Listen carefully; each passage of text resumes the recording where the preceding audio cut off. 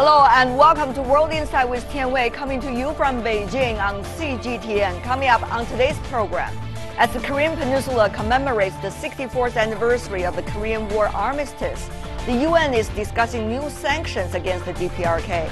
Will these be enough to bring the DPRK to the negotiating table? The world has seen increased war and displacement, yet in the most desperate countries, Médecins Sans Frontières has maintained their presence.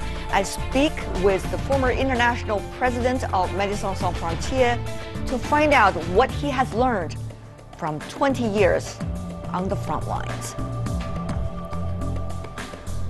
And we begin today's show on the Korean Peninsula, where 64th anniversary of the Korean War Armistice is being commemorated. The agreement signed in the truce village of Panmunjom ended the fighting between the North and the South, but the two sides remained technically at war as they failed to reach a peace treaty. 64 years on, the possibility of war still hangs overhead. Thursday marks 64 years since the end of fighting in the Korean War. To mark the occasion, the DPRK held an outdoor rally in the capital, Pyongyang. It was reported that the DPRK may soon carry out another intercontinental ballistic missile test. South Korea said the need to prevent the DPRK's nuclear and missile projects and to have dialogue have become more urgent than ever before. The Moon administration will continuously induce, persuade, and pressure DPRK to stop its playing with fire and return to the path of peace and coexistence. And it will never give up its efforts to build everlasting peace on the Korean Peninsula. We believe that is the way to live up to the dedication of war veterans. South Korea had earlier this month proposed military talks to the DPRK in the hopes of stopping all hostile acts near the military demarcation line. Seoul also proposed Red Cross talks to resume a humanitarian project to reunite families separated during the Korean War. The last such reunions took place in October 2015. The dialogue offers came as follow-up measures to South Korean President Moon Jae-in's Korean Peninsula Peace Initiative, which was announced earlier this month in Berlin, Germany. However, the DPRK dismissed South Korea's call. The DPRK's frequent missile tests are in consistent violation of UN resolutions and have alarmed its neighbors. At present, the situation on the Korean Peninsula is complex and sensitive. China strongly opposed any words and deeds that cause tension on the Korean Peninsula. We hope all sides can bear in mind the broad situation of peace and stability on the Korean Peninsula and exercise restraint, and to make constructive efforts on easing tension on the peninsula and not the opposite. Washington has passed new sanctions aimed at curbing the DPRK's weapons program. Now the DPRK is in a dilemma. How the Korean Peninsula situation will develop is still worth a look. So what is the significance of the 64th anniversary of the Korean War Armistice, especially with simmering tensions on the Korean Peninsula? To answer that question, I'm joined by a very strong panel here in Beijing. Mr. Zhao Tong, who is an associate with the Carnegie's Nuclear Policy Program based at the Carnegie Tsinghua Center for Global Policy. Welcome, sir. We're also joined in Washington, D.C., the United States, by Mr. Jonathan Pollack, who is Senior Fellow at the Center for East Asia Policy Studies at the Brookings Institution. Of course, Mr. Pollack is a well-known scholar on the Korean Peninsula. Also joining us in the United States, from Medford, we invited Sun Yong Lee. Professor Lee is a Kim Koo Career Foundation Professor of Korean Studies at the Fletcher School at Tufts University. Very much an expert on the issue with the South Korea. Gentlemen, welcome to World Insight with Tian Wei. Let me begin by asking you, Mr. Pollack.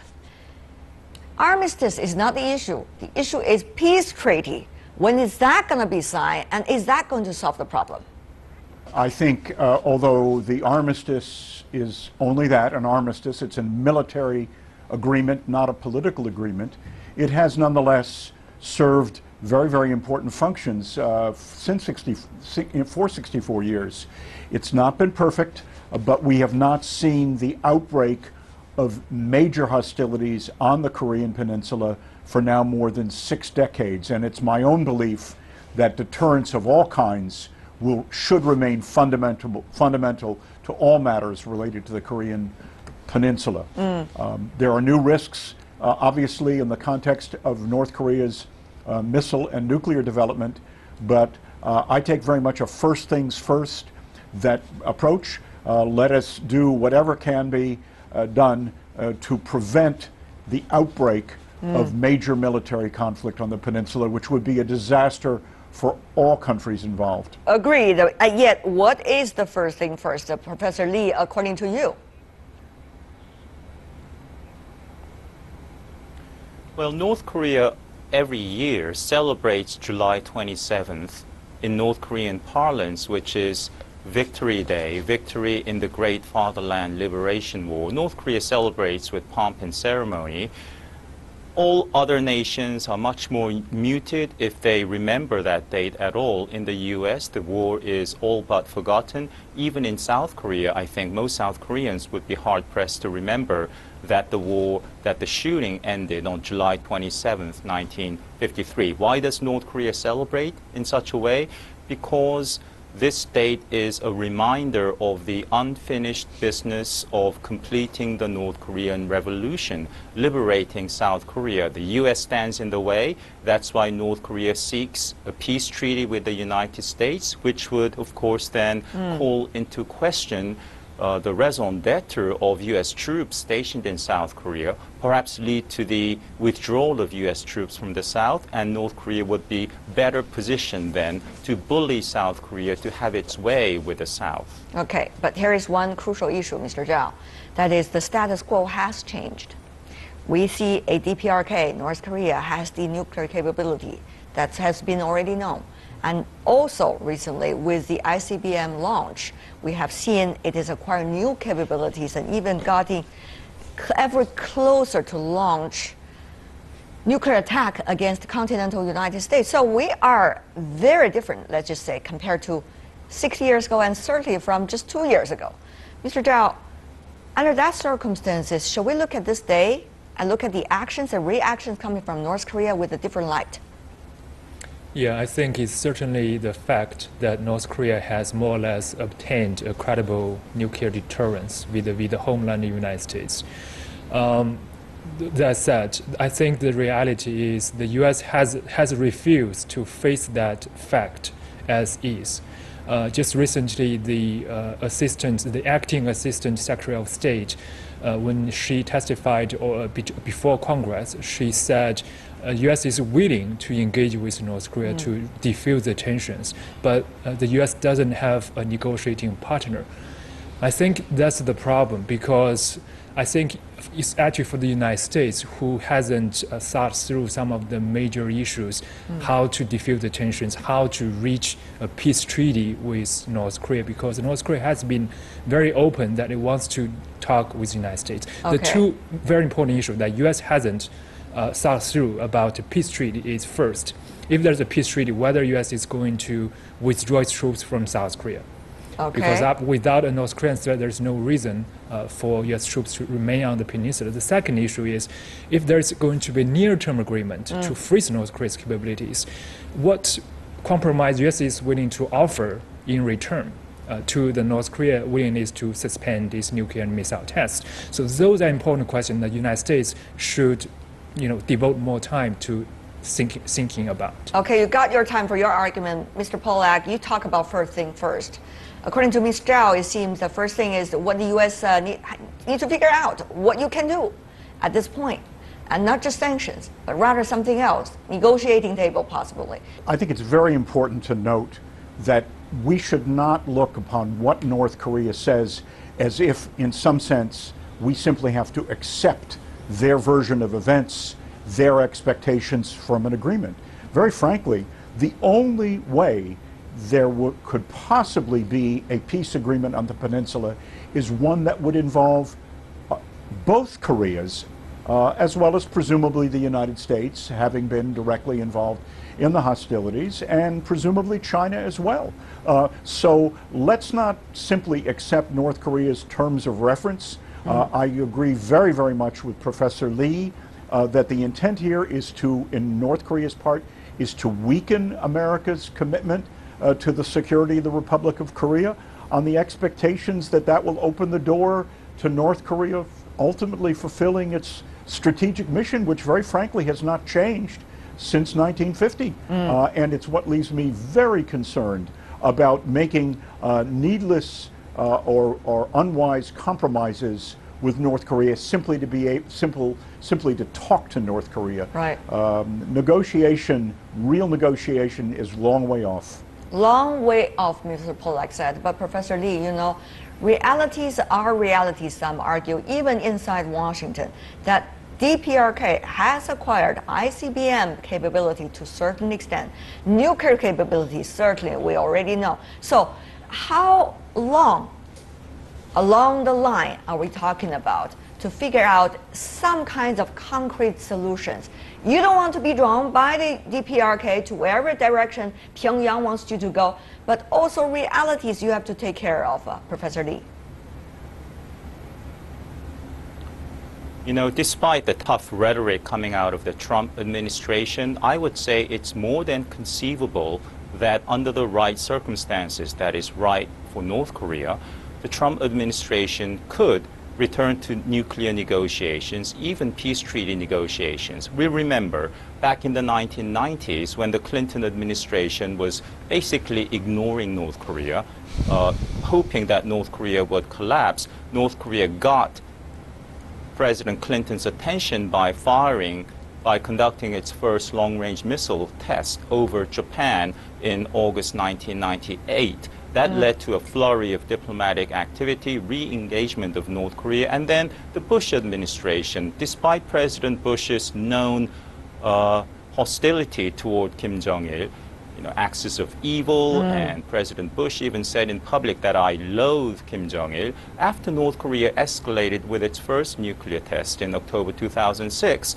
the Bush administration completely turned around, returned to nuclear negotiations, resumed food aid, lifted sanctions, and took North Korea off the State Department's state sponsors of terrorism list. So the way to get America's attention, it seems to be, is for North Korea not to behave, but to resort to another provocation and really up the ante.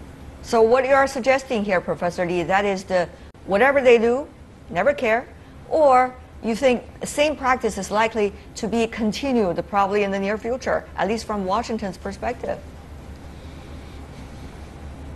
The old tired story of North Korean provocation and then return to negotiations and then reaping greater concessions from the big powers, that trajectory or that pattern is likely to continue for the foreseeable future until North Korea's provocations become an imminent, direct threat to U.S. security. Then everything will change. Mr. Pollack, do you agree with that? Obviously, there seems to be some different opinions coming from your counterpart. Well, I don't know that our differences are profound. I am simply very, very skeptical right now that there is any basis on which negotiations, meaningful negotiations with North Korea could possibly resume, let alone a return to the six-party process, which essentially has been defunct now for 9 years.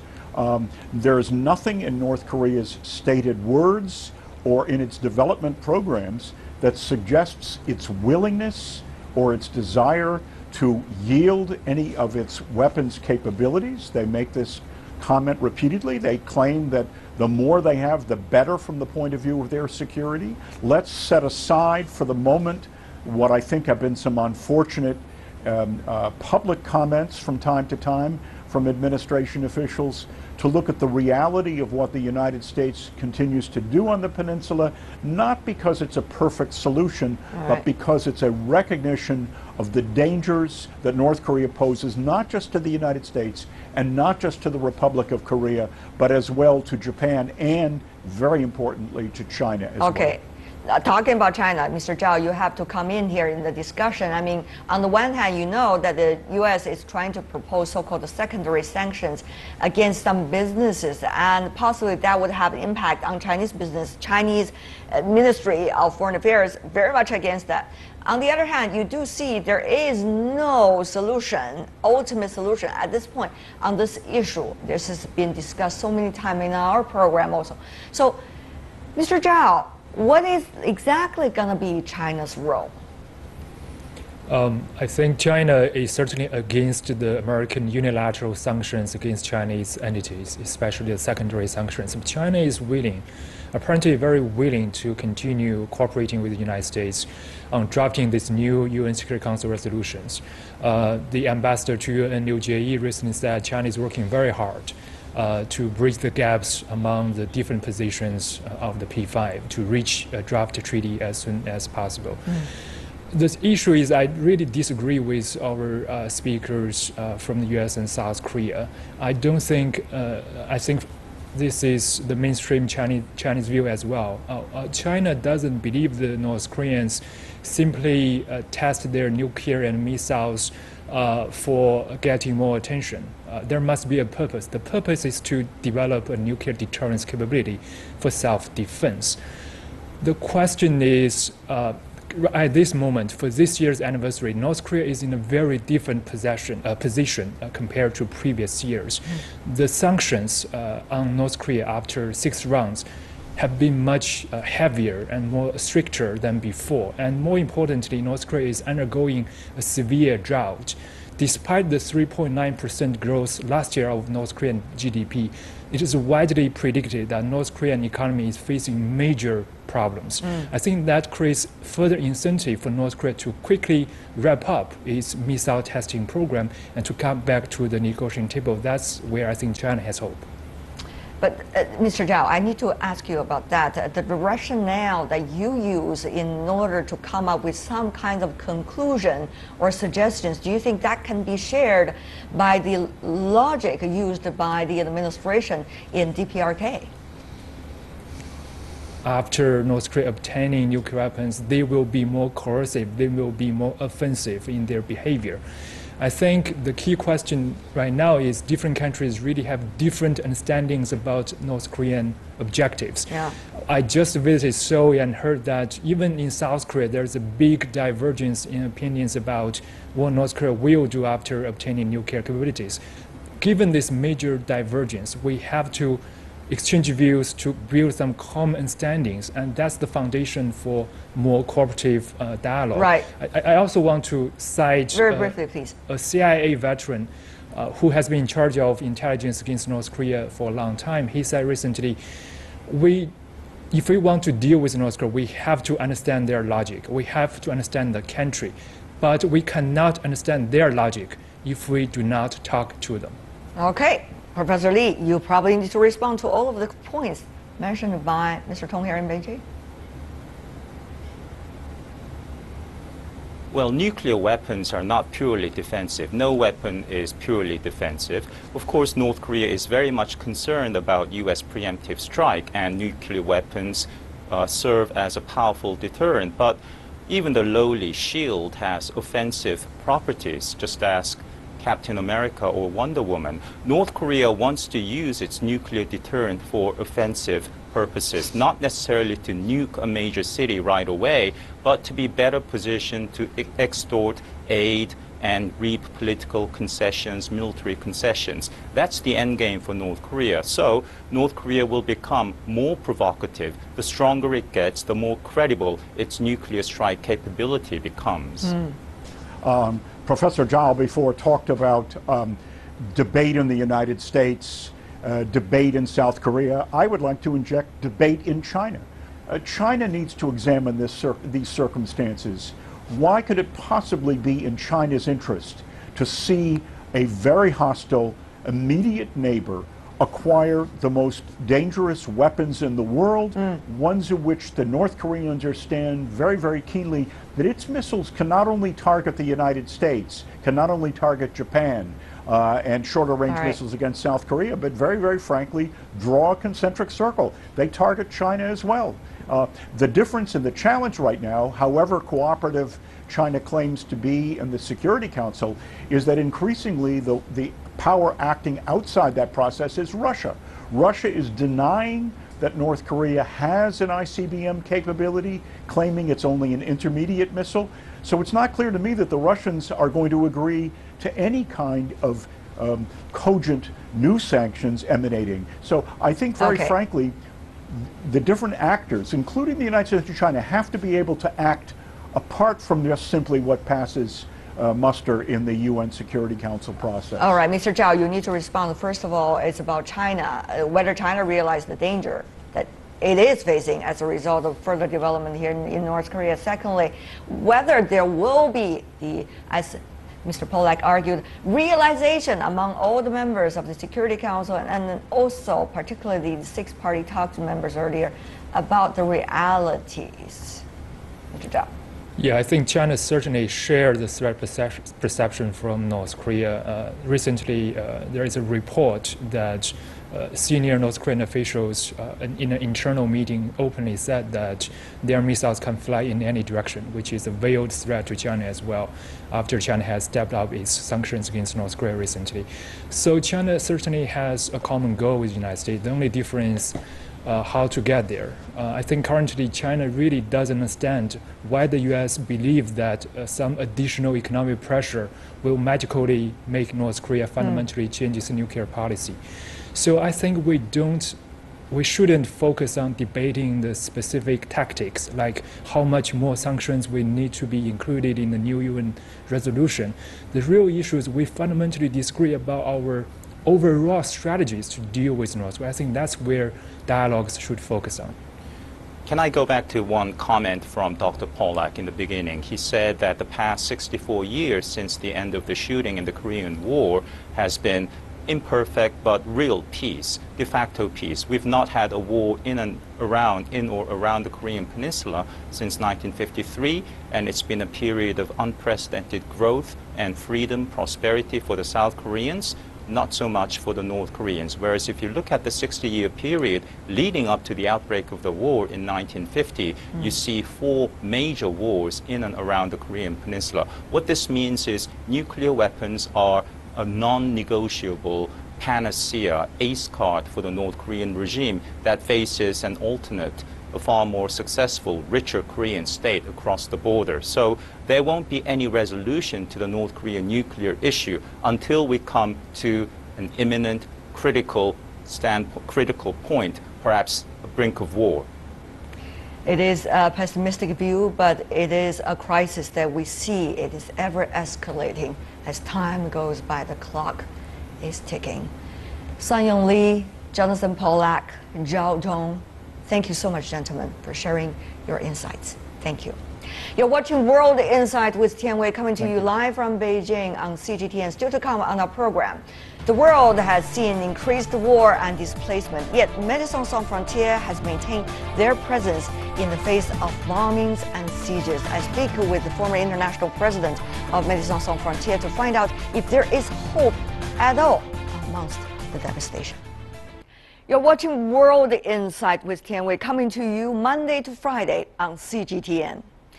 We have been steadily drifting away from the world peace. The worsening conflict in the Middle East, the lack of solutions to the refugee crisis, and the increase in deaths from major terrorist incidents have all contributed to the world being less peaceful, some say.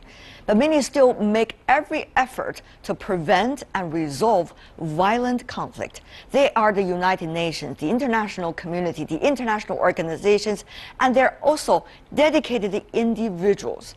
For the cause of delivering safety and reducing misery, many people risk their lives inside war zones.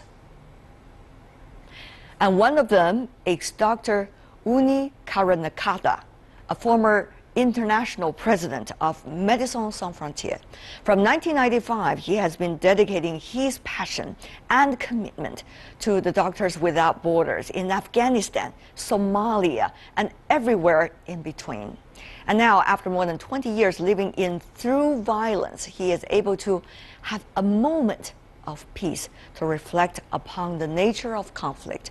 I met him in Beijing to explore his incredible journeys. Although it is one of the most difficult interviews I have ever conducted, he only gradually opened up to the atrocities he has seen.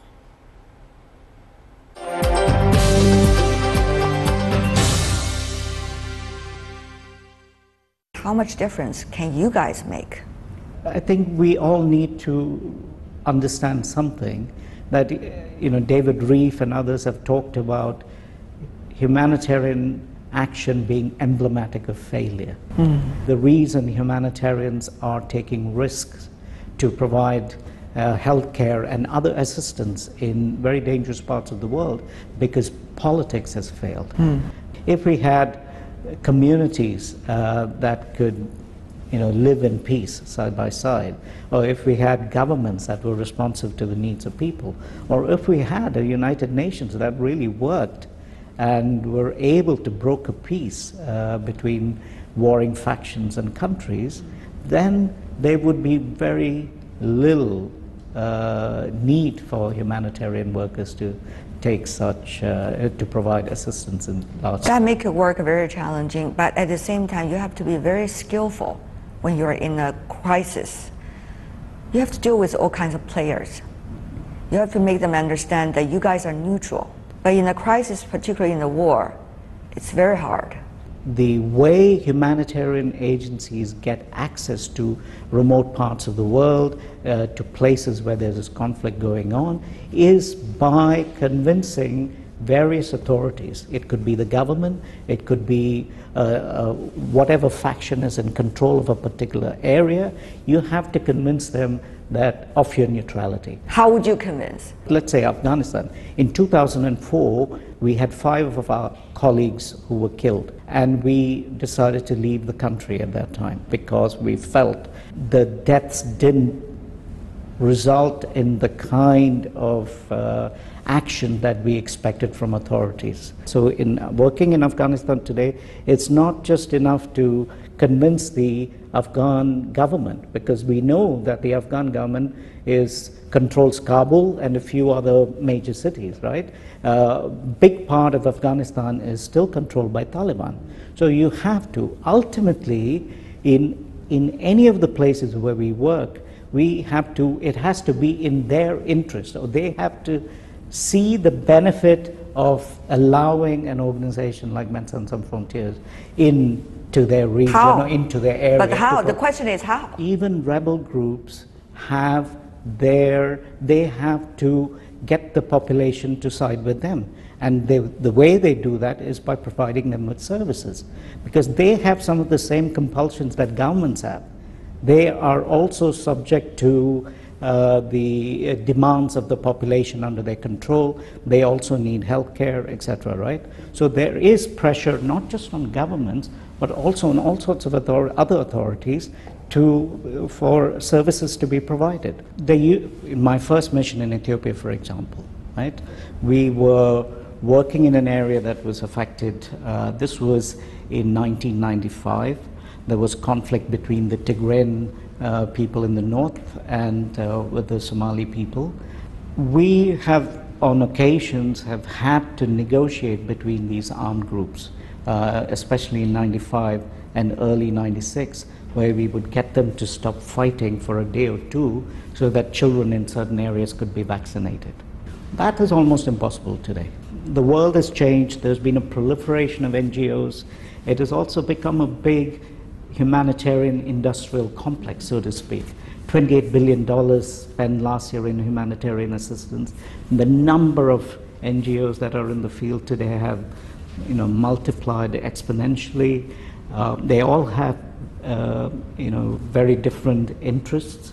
I might talk about principles, but not all organizations are as principled as they should be.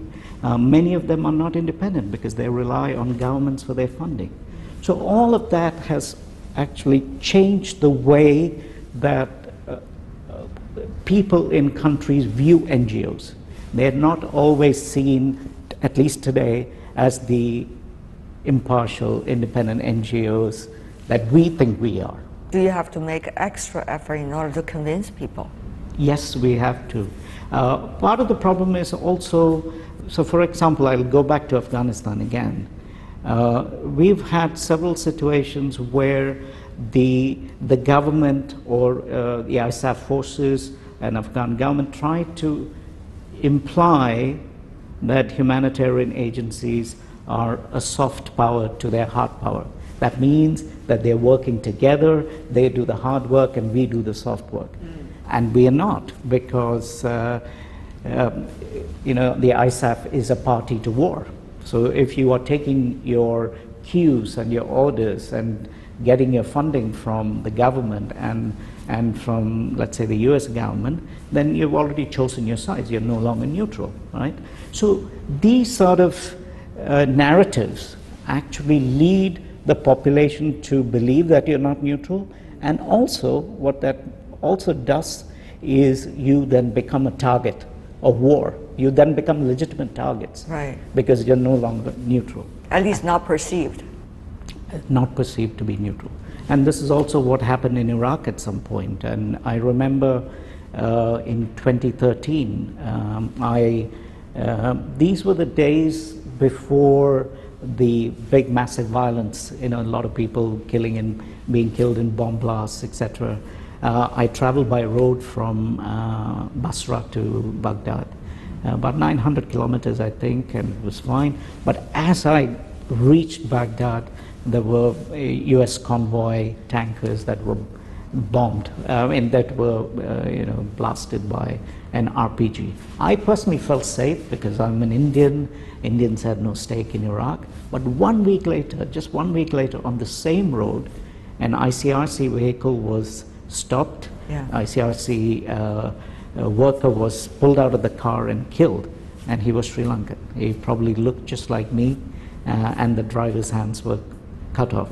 And then you realize that false sense of security that you had. And a few weeks later, the UN office was bombed in Baghdad. And Sergio Vieira de Mello, who was the head of the office, we shared the same birthday, and I knew him from the year that I had worked in Azerbaijan. So these are the moments when you really doubt yourself and the work that you do, because suddenly all of the risk and the danger and everything comes very close to home, and it makes it very for me. It was very difficult to go back to Iraq for a while after that, even though I personally didn't face any danger, but that what false, happened later? Yeah, that false sense of security you had was somehow, that bubble had burst, and it became very difficult for me to go back to Iraq for a while after that. Is your mom and your beloved ones also convinced about your cause? They were always worried. Every time I get into a plane to go to Colombia, I used to go to Colombia a lot, and there was at that time the risk of kidnapping was very high, and I would make a mental note. Well, if I'm kidnapped for 6 months, I learn Spanish. If I'm kidnapped for a year, I would, do something else. So I would make these mental notes, because you have to approach, because there is a risk involved in everything you do. But I'm also comforted by the fact that as an organization, we take these risks very seriously, and we really make attempts to mitigate the risk as much as possible. So under the current circumstances, Uni, how do your organizations protect yourself? In all of the places where we work at the moment, we do not have armed guards. And I go back to what I mean. It's a constant conversation with different authorities and stakeholders in the country. It must be frustrating. I mean, you always have to tell people, we are neutral. We are neutral and we are neutral. We are here for your benefits. Even though you are practicing it all the time, people are still not trusting you. But that is what we do. That is what keeps us safe. And I can say, what do you mean by that? That sitting every day, drinking endless cups of coffees and tea with the people, and then trying to tell them, and you're being quizzed about your finances. Where does your money come from? Who supports you? All of these, they really get into details, and they ask you all of this before they make a decision whether they should allow you in or not. And the truth is, today, in some of the most difficult parts of the world, in Syria, in Somalia, in the Maghreb, in many of these places, it is actually not that easy to provide humanitarian assistance. It's actually dangerous. So then you have to make the decision on what amount of risk you should take.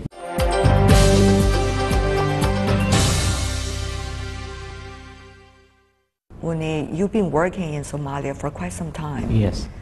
You leave the people there. Like I said, my first mission was with the Somali people in eastern Ethiopia. So when you announced that, what was it like for you? It was a very emotional moment. One of the saddest moments of my 20 years with MSF was in August 2013, when I had to announce that we were pulling out of Somalia. Because if any population in this world requires humanitarian assistance today, that's Somalis. Yeah. Right? There was a dire need for assistance. We knew that when we left Somalia, there would be large parts of the country with no access to healthcare. We knew people would die because there was no healthcare. But we had also reached a point where it was getting very difficult to keep our teams safe. Do you still remember some of the Somalians you met? Yes, and in fact, the Somali staff that worked for Médecins Sans Frontières, they were very upset, and I think rightly so. They trust and believe in an organization like Médecins Sans Frontières to meet the needs of people in Somalia, but even they left, and that was a big letdown, and I feel that as well. For your work, these kind of debts just keep on piling up, the emotional debts. What is it like for you, for someone who's working in that organization, who are leading the team? It is only natural, I think, that if you spend a lot of time doing this kind of work, you become very cynical, you start questioning the utility of the work at all, because we've been working in South Sudan for 30 years, and the outlook for South Sudan today is no better than perhaps what it was 30 years ago, right? But at the same time, the opposite. Do we not do anything? Do we let these people die? Do we not stand in solidarity with these people when they're going through the most difficult time? What makes me do this work or continue to do this work is the strong belief that we are standing with people when waiting for politicians and others to find solutions to the problem. But you're also providing, some would argue, the opportunity for the politicians, for example, not to seek a solution because situations are not getting as worse as they could. No, I would really object to that characterization. I think it's like, you have a daughter and she falls ill, and you take her to the emergency room, and 1 year later she falls ill, and then you take her to the emergency room. Well, I mean, one could say, what's the point in patching her up, because every year she's coming to the emergency room. That is not the way. It's not the logic. That's not the logic. We are standing with people, or standing in solidarity with people when they're going through the worst periods in their lives. Meanwhile, we have a world order, we have the United Nations. Their job is to find solutions. And unfortunately, the UN today is more of a debating chamber than a place where decisions are made and enforced. When you are in frustrated situations, how do you convince yourself once again about your cause? How do you get out of those personal psychological disasters? So very often the reality sinks in after you leave. On the ground, you are very busy. You're working, your work starts in the morning and it ends when you hit your bed. But what keeps me alive is those individuals, the boy that survived malnutrition, the men we treated from sleeping sickness in Congo-Brazzaville. These individual faces then stick in my mind, and that's what helps you get over. It's never really Somalis or the context, it's those faces that you see that makes you want to go on. 20 years after that, you are taking a temporary break, it seems. But now, if you reflect back upon your professional career with Médecins Sans Frontières, What are some of the major points you think we can share? I never saw this as a career. I wanted to do it for a year, but then I went back for another year, and then before I knew it, it was 20 years, and now it's 22 years. So I never saw it as a career. It was more like a vocation, something that I was compelled to do, right? The passion there. A passion, or the feeling that you cannot sit by when all of this is going on. You cannot sit by and not do anything, right? And very often I have to admit that we don't always know whether we're doing the right thing. We know the right thing medically. We know if you give this vaccination, then you prevent this disease. We know if you treat a person for malaria, that person will survive. But the overall assistance, providing, there have been instances where journalists have written about perhaps aid work prolongs. So these are considerations, but these are all the luxury. With the hindsight, you can make these determinations whether aid was successful or not. But at that moment, when people are suffering, I am proud, or I am glad that we have doctors and nurses who are willing to act. And that is all the time we have for today. If you'd like to see more, you can certainly try to find us World Insight CGTN in your search engine, or check out our YouTube channel. You can also follow us on Twitter, Facebook, and Sina Weibo. From me, Tian Wei, and everyone on the World Insight with Tian Wei team, thanks for watching, and tune in again next time for insights across China and around the world.